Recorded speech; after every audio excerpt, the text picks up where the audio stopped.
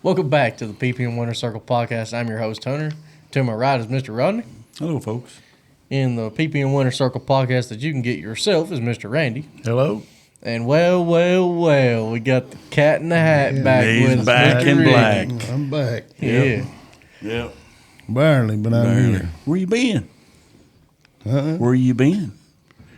I've been sick. Can't you tell? Where's that at?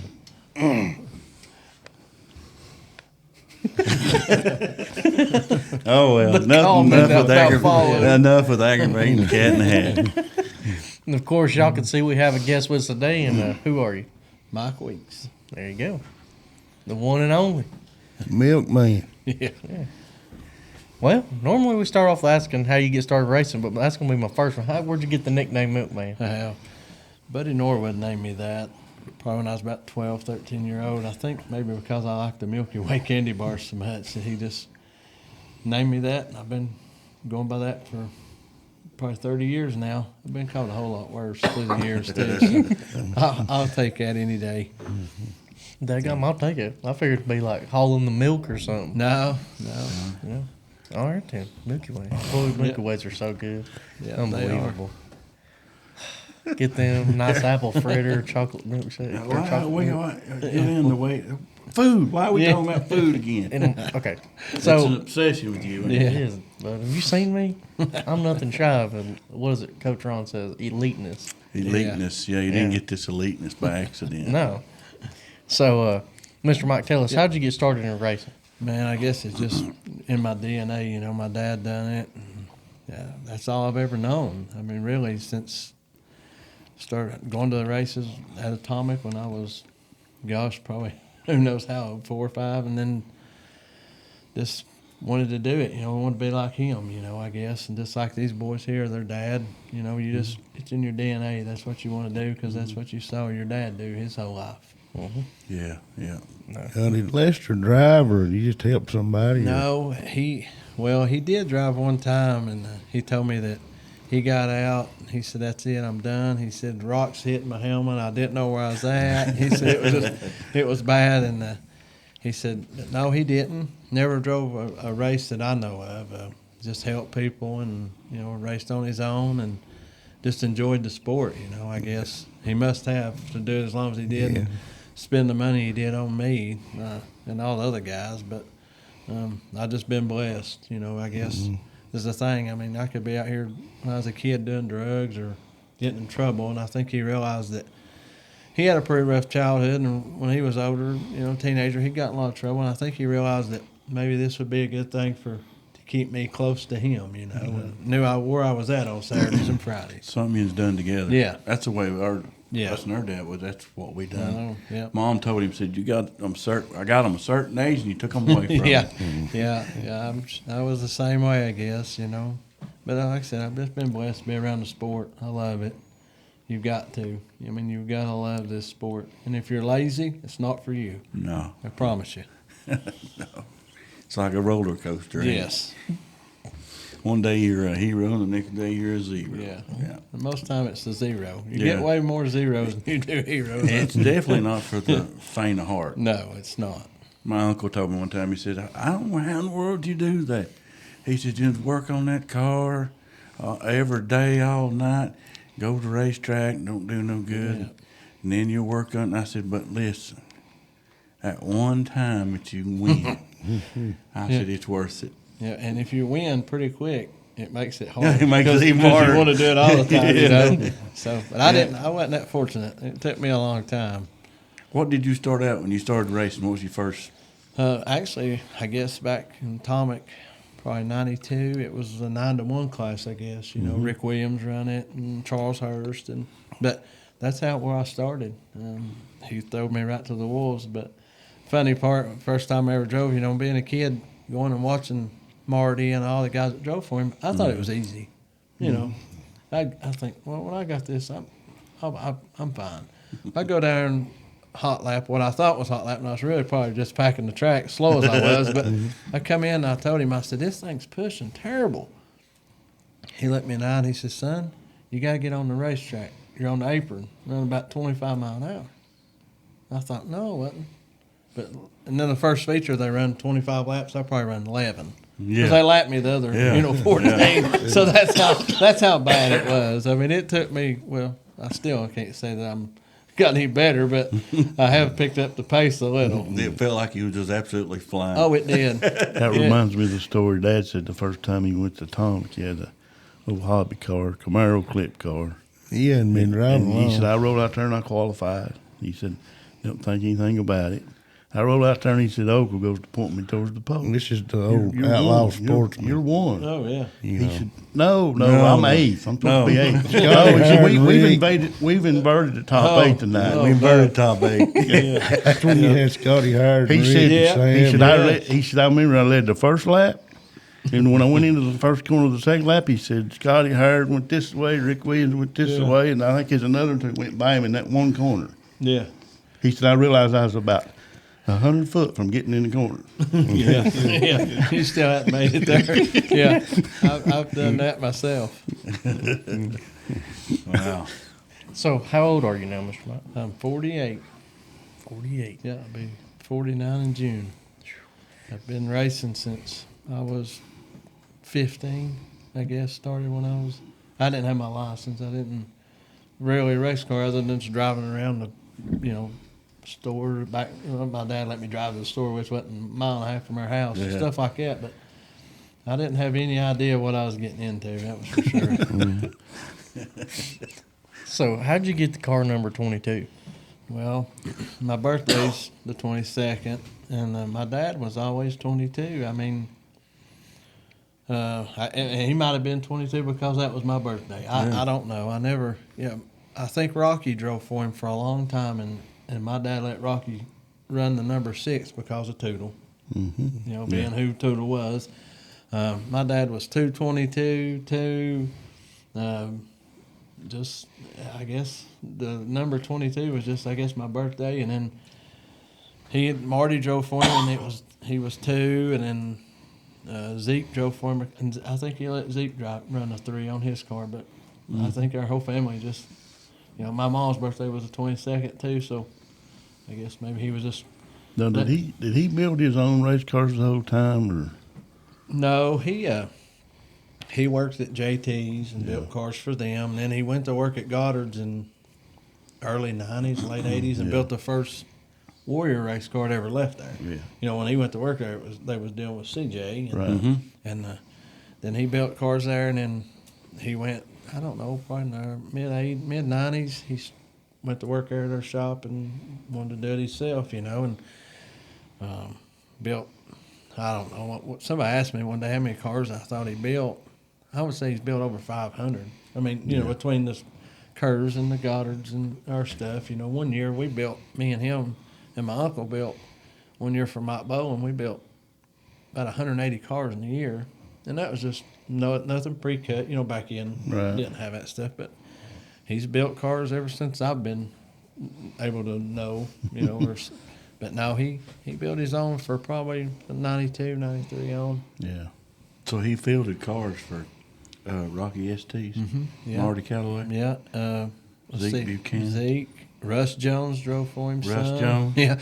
It was funny. Huh. My dad, couldn't pay nobody. When it got a little, people wanted percentages, and that, I remember he would get his car lettered every year. Well, one year he got lettered, and he had a question mark on the roof. Somebody asked him, so what's that? He said, I don't never know who's going to drive it from week to week. And Zeke was telling me a funny story one night that they went to Atomic, and he was driving for Bill Rogers. Yeah. And they parked next to each other because they lived right there in the same Friendsville. Well, my dad had built a new car, and he got down there, him and a guy, a friend of his, Gary Jones, they'd unload it, and my dad looked for a driver.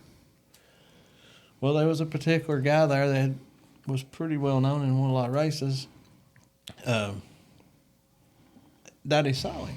He wasn't racing. He asked him, he said, you care to drive my car tonight? He said, well, I'm retired. Well, that's okay. Well, Zeke ended up blowing a motor, coincidence.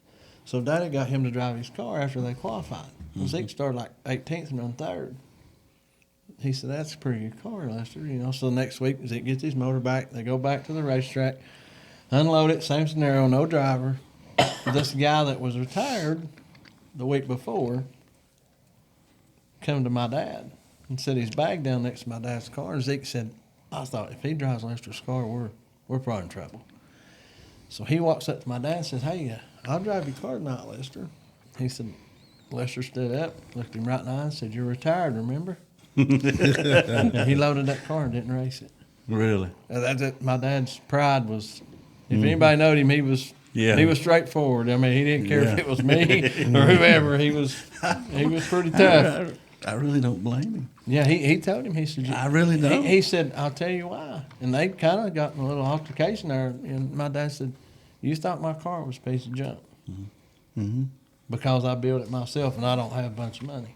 But when you saw Zeke drive it, you're willing to drive it. He said, it'll go on the trailer. I will not race this car tonight if I can't find nobody else. And he didn't. Zeke said that. That just kind of showed, what kind of person, he didn't care. Probably a square tube car. Something, who knows what it was. Probably an old car they pieced together somehow. But, he worked hard, and just like your dad. I mean, they had to build stuff. Yeah. I mean, everything was hand-built. Mm-hmm. I mean, he didn't care what it was. He had to build it because he couldn't afford to buy it. I mean, the first store-bought car he ever got, I think, was old Masterbuilt car. Mm-hmm. And Marty drove it. Mm-hmm. Mm. Where'd you get your first win at, Mr. Mike? I got it at Smoky Mountain in 94. 94. I just graduated high school. Yeah. 1994. And I'll never forget it. That was the nerve-wrackingest night I've ever had in my life. You're leading the race and you hear everything. You hear everything, yes. And I was like, oh, my gosh. And it just feels like a swarm of bees on you. And you're just thinking, man, I got to get away from these guys, But and the night that I won that race, me and Josh Lowe and Tommy Kerr was the top three. And between our ages, at that time in 94, you couldn't buy a bottle of Coke out of a Coke machine. That's how young all three of us was. It's pretty cool. I remember Billy Loop talking about that on the intercom that night. Mm. So That was a half mile track. yeah, it was bigger. It was a big racetrack again. Yeah, I remember my dad taking me to Atomic. He said, "You need to learn to race here. If you can race here, you can race anywhere." Mm-hmm. Yeah. Well, he took me to Smoky Mountain. And I thought, this thing here is easy. You got a long way to. You got a long time to think over here. Yeah. Atomic, it wasn't. No. Didn't have much time to think, but yeah, been a long time ago. That's for sure. I think about Scott James over at racing. Atomic, he described it this way. He said, the straightaways are about 6 foot wide. You go, and it was fast. Oh yeah. I mean, it was wider than that. Don't get me wrong, but he said they feel like they're 6 foot wide, and you're going around through here, 11, 12 seconds, and it's You go to a place like Smoky or something when it's big, it's just like. Oh yeah. But I tell people all the time, I miss that place.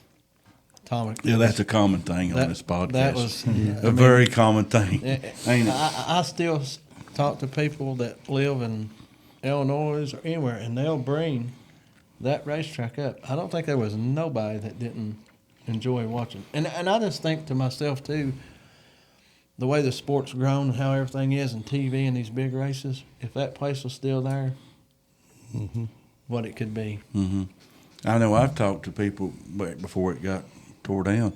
They would say, about where you all located? And I'd say, well, you know where Atomic is.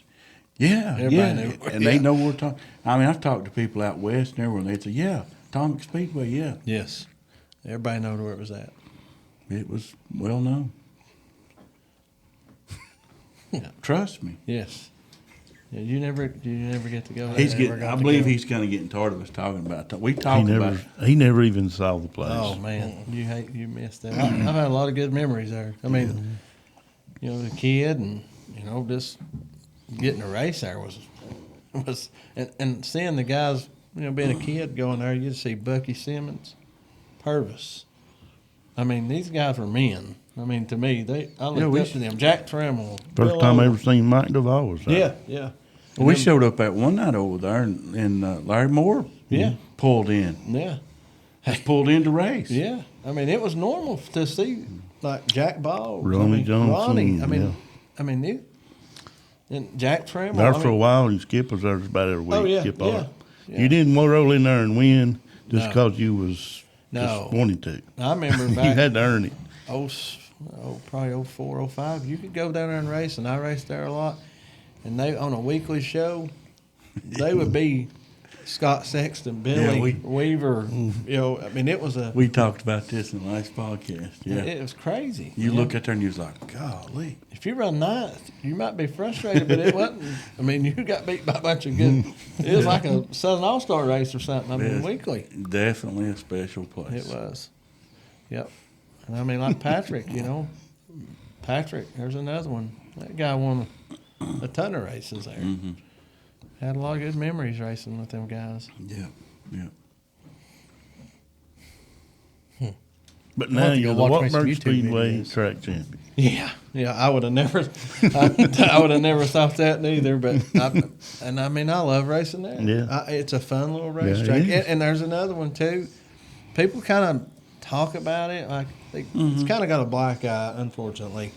But the guys that race there, when you go there weekly and race, you come down there and try to beat Anthony, or little Anthony now, or little Eddie, or Drew. I mean, it's pretty tough there too, you know. And It's got its own character. and it's And fun, they've yeah. changed it again. Yes, I mean, I enjoy racing there. And like I said, I've been blessed too, like with Billy, Glenn, and Drew, to be a part of them. They've been good to me. But just somebody asked me, said, "How would you ever thought you'd have won a championship at Wartburg?" I said, "Not only that, I've won 2. You know, but there again, you put your name with Bilbrey. I mean, all the people that's won points championship. Well, we've talked about this. It had the reputation one time, kind of like Spring City. You go there to fight, and hopefully they race. Yeah, it's not. But it ain't that No, way no, it's more. not. No. I actually, and I tell people this too. Wartburg's a hidden gem. Yeah, it is. I mean, it is. If you could get Flo Knight, could you imagine the people that would be there if it was on that? I mean, they would be hanging out of the trees. I mean, you go there on a weekly show, the deer parking's full. I mean, Raymond's got a good thing going there. He really does. Yeah, it does. It's pretty cool. I mean, all these racetracks are doing good. I mean, and we want them to. Yeah. We need them to. Yeah. For all of us. How do you think the track up there, talking about Wartburg, how do you think the track's going to change Well, with the new surface?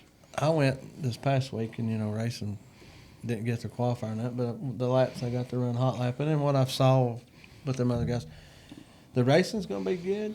It's going to be, definitely a whole lot faster. We've done saw that by times.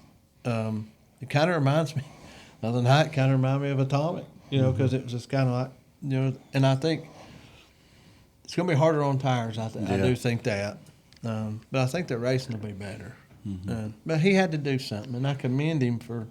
And I'm telling you, they put a lot of dirt on that place, but that thing is smooth as riding on the road. Keith Longmire and them guys, all the guys that work there, they've done a phenomenal job. I mean, some of these places you go, it's had dirt on them forever, and it's still rough. Well, I know it was a major concern for them, and they went about it the right way. They did. And I told somebody, I said, it might be rough the first week, we don't know, but I promise you they'll get it right. And they have. Yeah. I've seen pictures of it. It looked good. It does. It's smooth. I mean, I'm kind of, now this week, if we go back, I've got to start last because I didn't get to qualify, so that'll kind of tell how the race. I think the racing will be good, but it's going to be fast. They But had a packed house out there for the first practice, didn't they? Yeah. I mean, it's why I tell everybody there's nothing to do there. And he's got like I said, it's a gym. It's a hidden gym. Not till Labor Day. Yeah, no, it won't be then. But I mean, I enjoy racing there. I do. I mean, y'all growed up there. They grew up there. Yeah. That's the first place we was ever around racing, yeah. I didn't ever get to race there a whole lot up in. We went there a couple of times. When I drove for Daddy, but we didn't. I was telling some people, and I guess I'm getting old, but I remember back when Keith and Wayne opened it up. It's a pretty fast joint because it had that yellow clay on it. It didn't keep moisture. You'd run like zeros and threes. McQuarrie zeros, yeah. And it was pretty fast. I mean, it's like I tell them, it's not unusual for it to be that fast because I've seen it that fast, Yeah, I mean, it's time wise. yeah. I mean, like the other night, I think Drew went like a 12:04. I don't know what the track record is. They've been discussing that. I'm not sure for a limited car. I'm sure that 12:04 has to be for a limited car. I'm not real sure. That's pretty good. Very good. But I think the week before they practiced, Anthony went like a 11:60 something. I can remember times being in the 11s. Been a long time ago, though. Yeah. Yeah, that's like, I mean, Atomic, you know, it was getting 11s. I went 11:32 over there one night, and I got out, and I said, that's it. That's all I got. I mean, if it wouldn't have turned, I'd end up over at the This is the third Yeah. night. I'd ended up over at that little campground over there. What's it What's the called? record? Across- 10-8? You'd been over at the cross-eyed Cross-eyed cricket. cross-eyed. Yeah, cross-eyed, yeah. Yeah, I think Scott went a 10-8 10 something. something. Yeah, 10 something it was. That was probably with the big tires too, probably. Yeah. I remember that. I was there. It's scary just watching that. Yeah, it was something. That's about like Jimmy Owens that year where he broke at Eldora. Yeah. He come in there and they said, "You gonna go back for the next lap?" He said, "No." Yeah, well, I would. I mean, he wrecked. He It was about doing- wrecked. He it was about doing this wrecked. down the straightaway. He about wrecked 3 times. Yeah, that Atomic. It was, you know, I was getting it around that place. I mean, Yes. but I saw a lot of good races there. Like I said. Unfortunately for you, you didn't get to see it. I'm about to pull up the YouTube. Yeah, you could do that. I don't know. Well, they should have videos on there. So talking about Wartburg and Atomic and all of that, and you've also traveled, even here recently, to tracks out of state. What is one of your most favorite tracks that you've raced or continue to race at? Man, I tell you what, I like Tazewell. You know, I've always liked it. I like going to Talladega, but I think I like the old Talladega when it was slick. You know, I love them all because I mean if they got dirt. Have you ever been to Magnolia? Yes. A lot of people that we talk to, they like Magnolia. It's a slick sucker. I mean, Johnny and them do a good job too, but it's a nice facility. Racing's good. I mean, I don't know if I've ever been somewhere I just was ready to All get his out favorite tracks is where he's won Yeah, that's for sure. at. What's the biggest thing you've won? I mean, not maybe necessarily Well, no, money, but just the biggest one probably was my dad's memorial race. Yeah. That I told I told my wife on the way I home. thought you, yeah, I said I could quit now.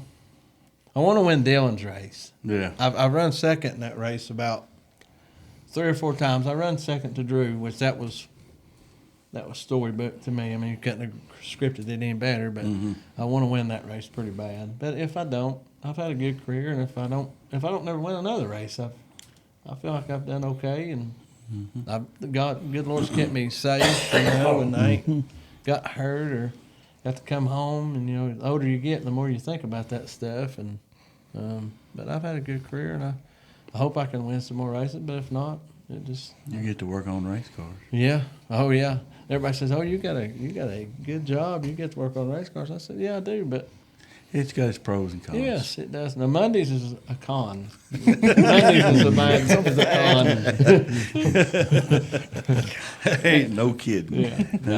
But I mean, like I said, I could be doing something I hate doing. Yeah, A lot of people have it. You know, And it's have it. twice as bad when you both race, right? Yeah, yeah, it is. But you know, I enjoy it. I still do. You know, I love it. Just, I mean, I breathe. I mean, like I said, it's bred in us. I mean, it's. I mean, when I go home, when I run bad, I'll stay up till 3 or 4 o'clock in the morning. You know, because it just eats at me. I'm a competitor. You know, it ain't. I'm not mad at nobody but myself. You're just you know? trying to figure it out. Yeah, because, you know, it's all on me. I'm the one that works on it. I'm the one that prepares it. If something happens or something goes wrong or Drew runs bad or I run bad, you know, it's on me, you know, and that's a lot, you know, but that's why I love it, I guess, is because I still get to do it. Ricky's just sitting over here. I'm waiting for him to ask his infamous question here. I don't know which one that is, but I was going to tell Mike you better be careful doing that. What's that? Well, people misinterpret you being competitive. Oh, yeah. You know, I'm just competitive. No, You I hate losing.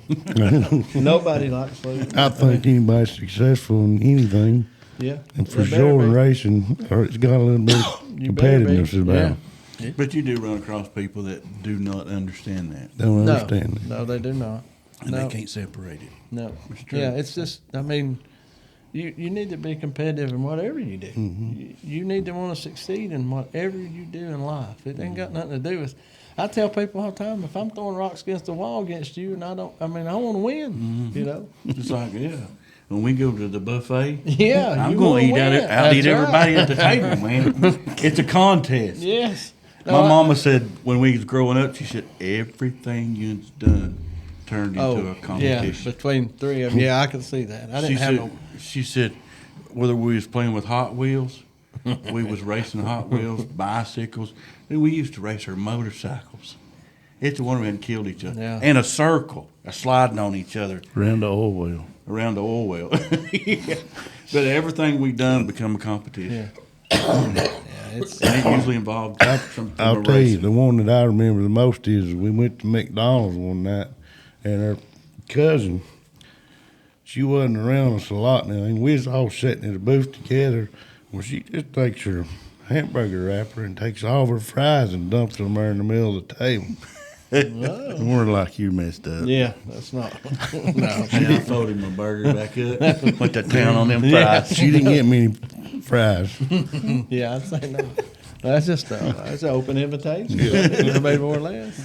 But that's how you are as racers. And Yeah. You can accept getting beat, running second or third, if you're Yeah. competitive, and it just happens that way. Yeah. But when you just ain't in the ball game, that's hard to go home and go to sleep. Yes, it is. And I'm sure my wife's had to deal with that way more than, you know, and I tell people too, you know, we get to do what we love to do. Our wives and our kids and our grandkids, they're the ones that sacrifice everything. I mean, I'm gone 2 or 3 nights or whatever. Yeah, and, true. you know, I'm getting to go out here and do what I love to do. They're sitting at home but, you know, they sacrifice a lot for us, Yeah, in my opinion. yeah, you're right. You're right. But my dad and mom sacrificed a lot for me too. I know. I'm sure at times he thought, I don't know if I need to keep doing this or not. You know, he's probably not going to make it here. I need to sell this stuff again. But thankfully he didn't. Yeah. All right, I guess I'll take it from you. Go ahead. So, Mr. Mike, if there was one thing in racing that you would change, what would it be? Well, I wish the kids would be more involved. I think guys that race, some of them are fortunate, and you know nothing wrong with that. But you know, I was telling you guys that story earlier about washing the race car. I mean, you got to know your race car. I feel like. I mean, if you don't know what's going on, and there's a lot of kids with talent. There's a lot of, I mean, there's a lot of guys that I see got way more talent than I did at that age. But I think everybody's progress it's money. I mean, this sport is, or again, it's not about, you could build it, they can get it bought. And it's pretty easy, you know. And I'm not saying it's easy, but remember in the car's left front tire off the ground 2 foot, and it hit the ground and jumped back up. And I mean, it was hard to drive, you know. But technology and everything's come a long way, and I'm glad for it. And I've had to work for it. Right. Yeah. I mean, I did. And I'm not saying nobody else has. I mean, there's a lot of guys that does the same thing I do, and they're hustlers, and you know. But I just wish we need the kids more involved, even little kids. I mean, Yeah. but get back to your for the question. future of Yeah, it. the changing. I remember you could go to Southern All Star, SRS, or Battle of Bluegrass, or all these series races, and you could run the same tire. Now you can't go run. I mean, I'm just, you know what I mean? It's like I can't go run over here because Back on that one. they don't. Oh, I'm sorry. But No, you're I mean, I'm right. just saying. It's a You know what I common mean? thing. common thing. It's just like you can't go race You're not the only one that says that. because you don't have the right tire. They won't let you run that specific tire. You got to run that. I mean, that's fine, but it's hurting. You're like The me. race. You probably missed the D55 day. I wish there was 4 of them on a car and Yeah. let them go. Yeah. But then again, if you did that, I think you'd have another problem occur later on. Yeah. You know, pretty quick. Yeah, So, yeah, but that's right. I just love them tires, which I growed up on them. We run 4 of them at Atomic all the time, and you could run them for. You know, we didn't. Yeah. Me and Roddy was talking about this earlier. We didn't know about grinding tires No. when I was racing. We might turn it around. Yeah, mightn't turn it around. There wasn't no grinding it. That was for No. sure. My dad, if he'd have saw me grinding it, he'd have beat me to death. 'Cause I was taking the rubber off his tire or something. You know? What are you doing, son? Yeah, what are you doing? Yeah, but no, I think me and my little brother was talking about that. You know, you could go race 2 or 3 nights a week. You knew what the tire rule was. It was all the same everywhere. Now you got to look at the internet, check the rules. Can't run that. Well, you'd have a series.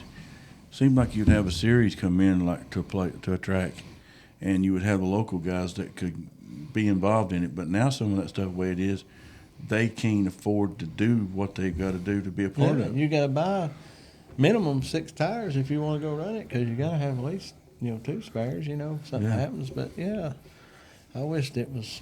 I'm with him. Just 455 and let's go, or 56. And I love to see when the Star Series are coming, Yes. for example. I love to see the local guys get in there, and you root for the local guys yeah. against them traveling guys. Yeah. I mean, it was a competition. Yeah, and I don't know if it'll never change, and that's okay. I don't think we're not going to get it to, which that's fine. We'll just keep racing. We're going to do whatever we got to do. You're going to do whatever you got to do to race. Whether you got to buy tires or whatever. Let me ask you this. I know how I feel, and I want to ask you this. Do you consider yourself a race fan? Yes, Okay. I sure do. What I mean by that is, if you never got to drive again, could you go sit in the grandstand and watch? Probably not. He's honest. I'm honest. I'm sorry. I tried, but I'll tell you a quick story, and this was funny. When I first started racing, my dad told me, he said, look, you're going to work on this thing, you're going to wash it. You're going to learn this thing. I'm not washing it. You're going to boat check it on Wednesdays. He made a schedule for me. Right. I was still in school.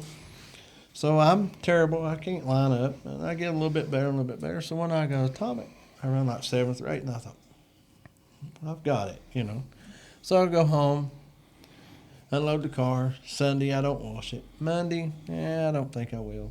Tuesday, I go in the garage. This thing's on jack stands and it's washed. I thought, I figured this out. I'll just wait a couple of days and this thing get washed and we're ready to go. So Wednesday, I check my boats and do my little, maintenance. So Saturday comes up. I load the race car up, go to the top of the hill at our shop. It's behind the house. And I go in the house and get my whole fire suit bag. I'm thinking, all right. So I go to the back door, said that's the back door. And my dad is sitting at the kitchen table. And anybody that had been to our house or knew my dad, the kitchen table was like a courthouse. You learned a lot there, and you took notes, and you listened. That's where all the proceedings Yeah. went. So anyway, he's sitting at this kitchen table, and I set the bag out the back door. He says, you ain't going to need that. I said, what? He said, you don't need that. I said, well, we're going racing now. Yeah, but you don't need that bag. I'm starting to think, well, what's this guy talking about? He said his cousin went to the race with all the time. He said, Johnny's going to drive his car tonight. I said, what? He said, I told Johnny if he washed it, he could drive it. And he said, you're going to go to the race and you're going to watch it. I'm thinking, oh, no. Me, 17-year-old, I'm thinking, that was the miserablest time I've ever had at the racetrack. You had to watch it all I had to watch night. it all night long. Well, needless to say, Sunday morning, pretty early, Well, Mike was out there watching that race car, and that didn't happen no more. Right. But see, my dad didn't tell me every day when I come home watch that car. He had done told me. The reason I asked you that, it's hard for me to go and just watch. I have to be involved in some way That's or another. me. And I appreciate the people who do. And they go and they enjoy it. But the one thing we was talking about is, there on the previous podcast is how to get people in the grandstands, and kids is the way to do that. Yes. You got it gets entertainment to get them there. Yeah, because they're the future of the sport. I mean, me and Donnie Carroll talk about this occasionally. Who's going to do this stuff when we can't? Right. I mean, really. I mean, you know, it's tough. The people putting interior in race cars or putting a body on or building a frame. I mean, how many kids want to do that? That generation 4 is doing a pretty good job. They did. They helped us a lot. They taught us a lot. I mean, they did. I'm very thankful. Randall Chuck taught me a lot about stuff when I went to work for him. Mm-hmm. You know, and he's been instrumental to me. Him and my dad, and several other more older school guys. You know, Zeke and Buddy. Mm-hmm. But like Randall taught me a lot about learning to drive a little bit. You can't teach somebody to drive, I don't think, but you can help them. Yeah. But yeah, if I go to the races, I got to help somebody or be involved because Right. I don't want to just sit in the stands. If I took my grandkids though, I mean, I could do that maybe. Yeah, right. So, Mr. Mike, what is one of your most memorable moments in racing for you? Gosh, I guess my first win, you know, and then being with my dad. Well, winning track championships with my dad. He never won a track championship until we won one together, and that was pretty special because he had a lot of good race car drivers. Him and Marty led the points at Atomic Smoky Mountain. That in one year they raced Friday and Saturday. Well, they lost the motor with 2 races to go, and he had a motor at Frank Tipton's that was short block. Frank told him to come and get it where they could win them points. My dad said, no, I don't have the money.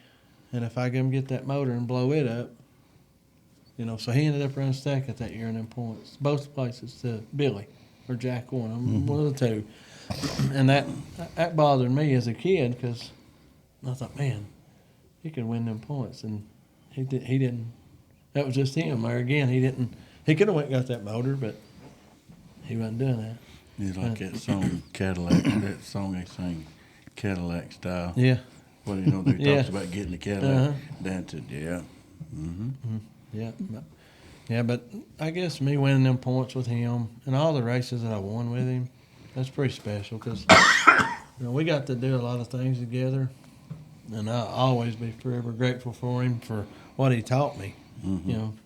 And his name, people ask me a lot too, do you think he needs to be in the Hall of Fame, the Dirt Label Hall of Fame? Well, absolutely. I mean, just look at the cars he built. Oh, not me, just for him. You know, he built a lot of cars for a lot of guys.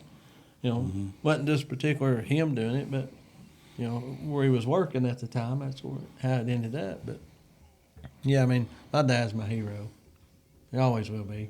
There ain't nothing wrong with that. No, when he passed away, I really didn't know if I even wanted to race anymore, and went to Talladega 4 or 5 months after he passed away and won the Ice Bowl, and I knew right then that he was okay with it, you know, because I hadn't even been to Talladega in probably 10 years and won the Ice Bowl, you know, the limited part, but I knew right then he wanted me to keep doing it, and I talked to several people that was really close to me, and I honestly thought that it was. I didn't know if I wanted to do it without him. Yeah. Even though I'm not going, I still could call him. Yeah. You know, and ask him advice or anything, because like I said, he was the person I lived with him, worked with him, raced with him. I mean, you know, that's all I knew. You know, really, he done a lot for me, and not just for me. He done a lot for a lot of guys through the sport, and I'm very thankful for them. It's helped me, and everybody that supported him, and I just hope that I can do him justice when it's over. I hope that when I'm done that I can be in the Hall of Fame with him. I mean, really. Yeah, they say Mike Weeks, he helped me, Yeah. I never will be able to help as many people as he did. He helped, yeah. No, You'll probably never know them all. No. Yeah, I mean, No, I it's know. true. I don't. I mean, and he was a tough. He was ornery. I mean, there was no doubt about it. He was a different. He was hateful to me sometimes, Well, he's fired me and everything else. So he didn't cut me no slack through my racing career, my life. But he done it for me later on. Mm-hmm. He was hard on me, but that was just the way he was, and he knew that I was gonna have to do it on my own. I can't race on my own. I wished I could. I wish I could race me. I can't afford it.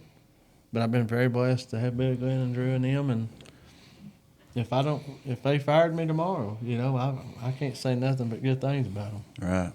Because they've been good to me. They've come right along at a good time in my life, I guess. So, but I've enjoyed it all. That's good.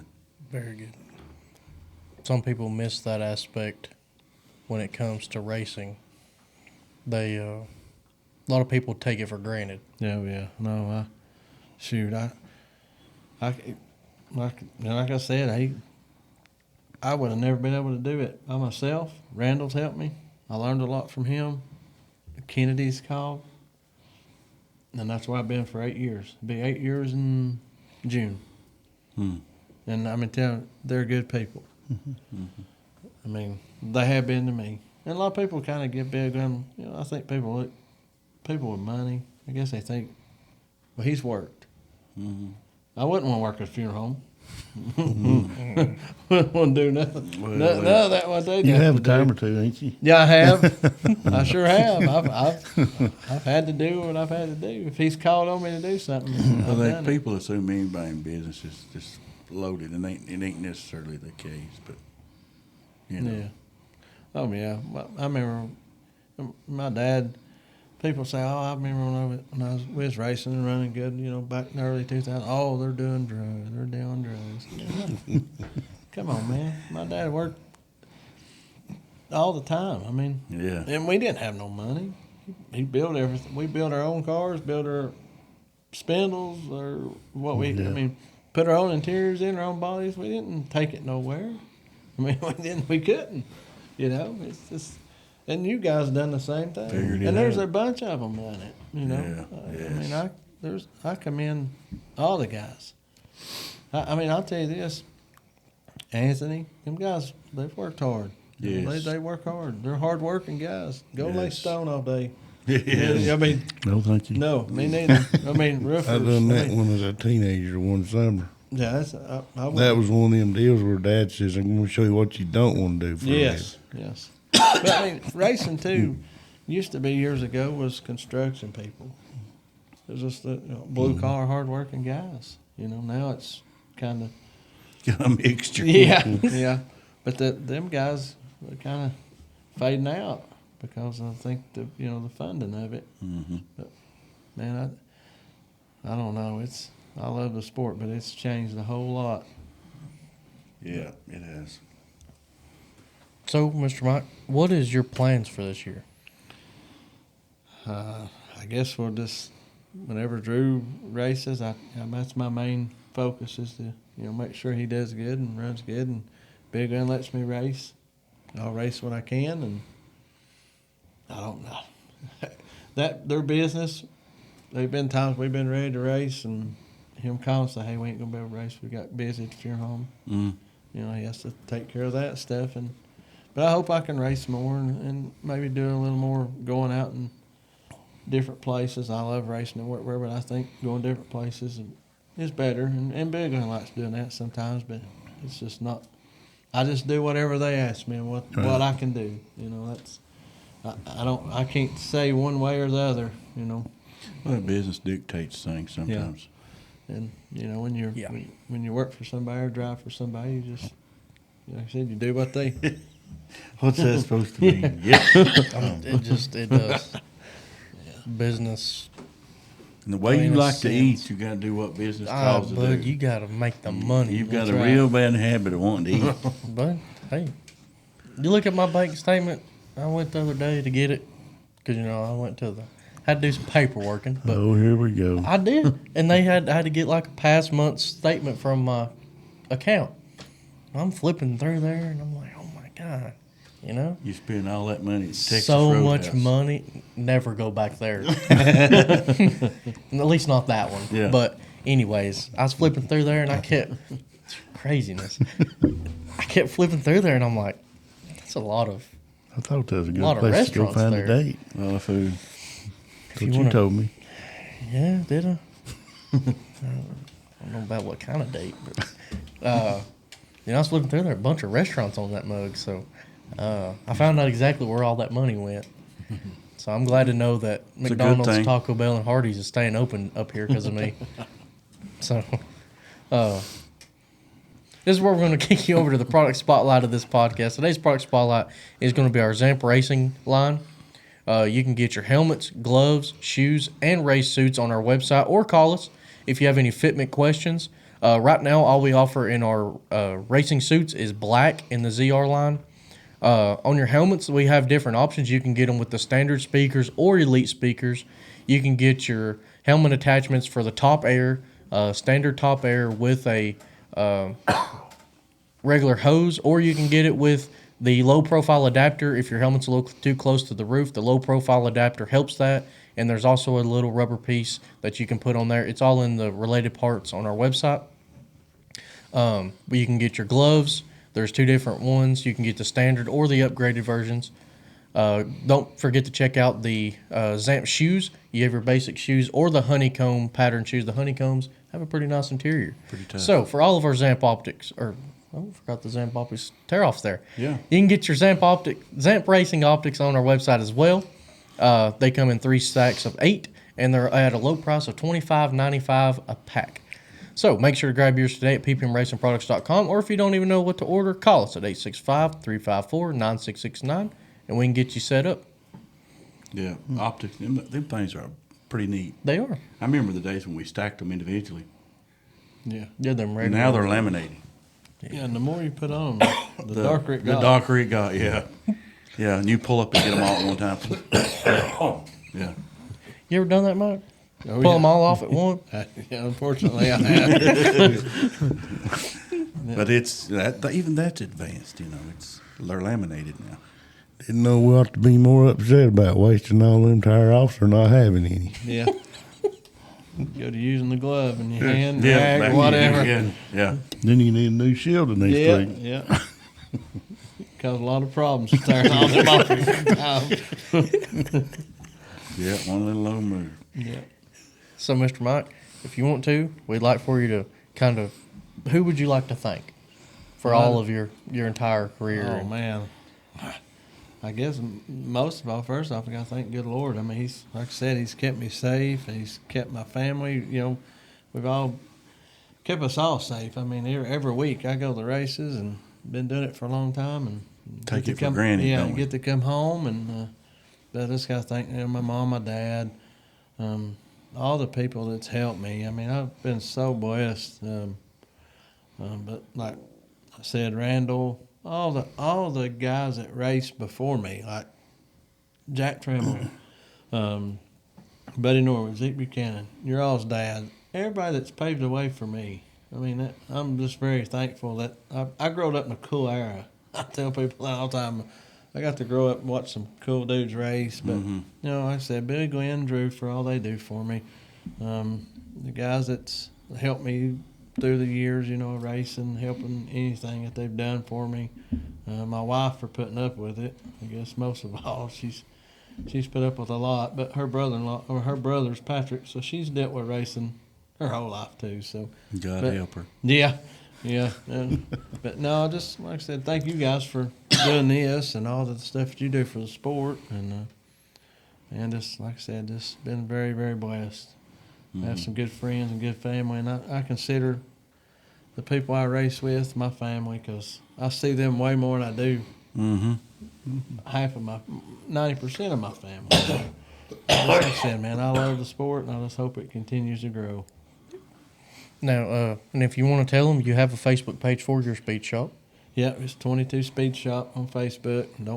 don't have TikTok or none of that stuff. But you know, you can go on there, just get on my personal one, and I'll help you any way I can. Any way you can get a hold of you. Yeah, Yep. yeah. Anyway, and just gotta thank, you know, like I said, you guys for having me on. It's been fun. I've enjoyed it, and hopefully we can do it again sometime. Absolutely. We appreciate you coming on here with us very much. And thank you all over here on YouTube and Spotify for listening and watching every week.